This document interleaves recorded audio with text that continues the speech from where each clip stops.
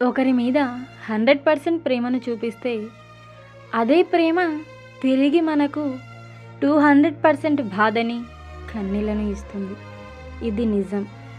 అవునా కాదా చెప్పండి? అవుననే వాళ్ళు కామెంట్ చేయండి, కాదనే వాళ్ళు లైక్ చేయండి. ప్రేమిస్తే సంతోషం ఉంటుందనుకున్నా, కానీ ప్రేమిస్తే చావు కంటే భయంకరమైన బాధ కూడా ఉంటుందని ఇప్పుడే తెలుసుకున్నా. నిన్ను నిన్నుగా నమ్మేవారికి నీ ప్రాణమైనా సరే ఇచ్చేసేయి. నిన్ను వదిలి వెళ్ళేవారికి దారిని ఇచ్చేసేయి, అంతే.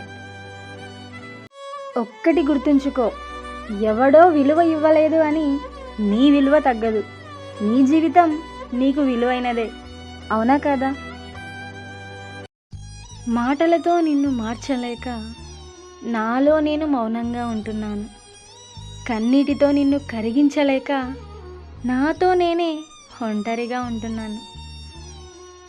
బాధలో కూడా నవ్వడం తెలిసిన నీకు ఈ లోకంలో బ్రతకడం పెద్ద కష్టం కాదేమో. ఒక్కసారి ఆలోచించు, ఓకేనా?